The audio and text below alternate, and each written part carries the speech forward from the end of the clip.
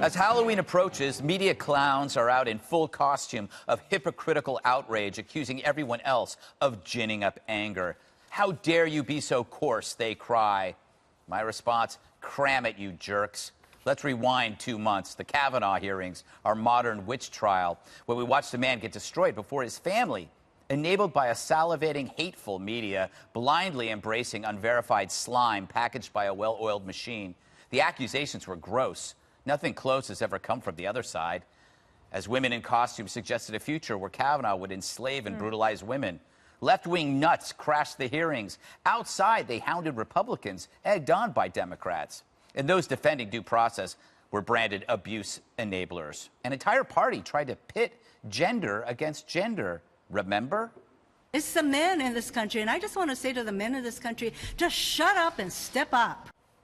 What would you call that rhetoric? Divisive? Heated? So now, months later, we find that NBC might have sat on the info that would have discredited claims of that litigating loon, Michael Avenatti. Apparently, NBC had the info for weeks about a witness Avenatti gave to them, who, instead of backing Julie Swetnick's allegations, actually denied them. She also accused Avenatti of twisting her words. Surprise. Yet this news went nowhere, allowing the attacks on the Kavanaughs to flourish, or what Pelosi liked to call collateral damage. And now, a day before Halloween, the same blind, self-obsessed media who aided one of the ugliest spectacles in recent history are knocking at your door, demanding soul-searching from you and me. They pray you don't remember, but we do. Sorry, no candy for you kids. Get off our porch. Jesse, this story is interesting, and it's not getting a lot of play, that NBC withheld evidence that would have debunked this mysterious witness. Just kind of went away. Yeah, they don't want to talk about it because they're guilty of collusion with the Democratic Party. Remember what happened with the Access Hollywood tape. They had Trump on camera for 10 years saying what he said and dropped it 3 weeks before the general election. Very suspicious timing. They also spiked the Ronan Farrow expose on Harvey Weinstein because the parent company had a business relationship with Weinstein's studio. And also, how about the Cory Booker story? You know, Cory Booker was credibly accused of forcing allegedly someone to perform oral sex on him in a bathroom just recently. And the alleged victim went to Ronan Farrow, and Ronan Farrow didn't touch the story. So I'm wondering why not. Did it have anything to do with Cory Booker being a Democrat? And two, maybe we should use the Kavanaugh standard for Booker. I mean, guilty until proven innocent. And the media telling you to tone down the rhetoric, I mean, that's like an alcoholic telling you to stop drinking. It's like, no, you're the drunk. You're the drunk.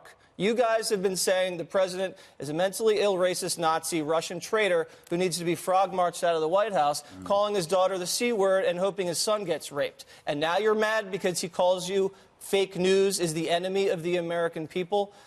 You guys can dish it out, but you can't take it. I think we got some new video of President Trump just arriving at the University of Pittsburgh Medical Center right here. I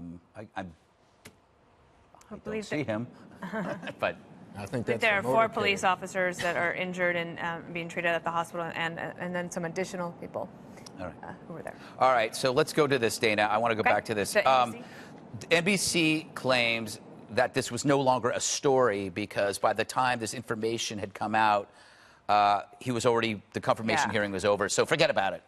So I read the explanation. Kate Snow was the anchor and reporter that did the interview, and so you have to read the explanation like 3 or 4 times, and it still doesn't quite make sense why they wouldn't want to just kind of own up to it right away and say we had this, we didn't know. They did certainly jump on it. What's interesting is that how much it just backfired. Yeah. Not just NBC, but Bill Hemmer was talking about there's 5 key Senate races that we're going to watch.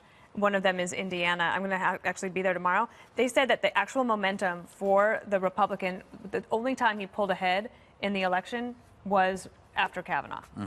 Juan, do you think the Kavanaugh story had an effect, or because they saw the overreach of the Democrats on this? The story had a definite effect in terms of energizing Republican voters. The base of the voters, you saw the spike in terms of their enthusiasm post-Kavanaugh, no question about it. The question is whether or not that enthusiasm has dissipated and whether people are still reacting. What we've seen, I think, just in the last week is a drop in the president's approval ratings, even before the shootings took place. So I think, in sense, the question is how much do Republicans still lock into that moment as a driving force, a sense of grievance that would lead them? Let me just add, in terms of the NBC story, that Kate Snow, the reporter, stands by her reporting. And I must say, I thought when she interviewed Swetnick, it damaged Swetnick, and it damaged Avenatti. So I know your perspective, Greg, but I'm just saying, hey, wait a second. If you were on the side of saying, hey, there's something new here, something that could be damaging to Kavanaugh, actually, it wasn't, because the problem is she said he didn't. honest. Hey, let me just finish. She said he didn't spike the punch. She never saw anybody lining up outside a door to assault women. I thought it was helpful to Kavanaugh. But the problem is, Kate Snow's not being honest, and either is NBC. They spoke to the second woman at the end of September. The last text message exchange was October 5th, when this woman said that accused Avenatti of twisting her words. And still to this day, we have no corroborating witnesses or evidence supporting any of the claims from Christine Ford, Deborah Ramirez, or Julie Swetnick. And it's even more nefarious than that, because you look at the Washington Post, we don't even know if Emma Brown, the reporter there, ever had Ford's notes. She wrote in her column, or her story rather, that she received portions of them, but Christine Ford testified under oath that she wasn't sure she gave them the notes, or just a summary of it. And then you go to the New Yorker story. Deborah Ramirez herself said that she was very drunk that night. She was on the floor. She doesn't remember. Ronan Farrow, who's one of the authors, said that Democrats went out seeking Deborah Ramirez's story. Jane Meyer later would tell Elle that in the Me Too era, it is important to establish a pattern of behavior. That is why they aggressively pursued this story from Deborah Ramirez. The New York Times said that they interviewed several dozen people and couldn't find a single eyewitness to corroborate the story of Deborah Ramirez. So you have 3 stories without any evidence, no corroborating witnesses, yet the media was happy to run these stories to damage Brett Kavanaugh, and it is wrong. Isn't that good news that they didn't find anything? All right.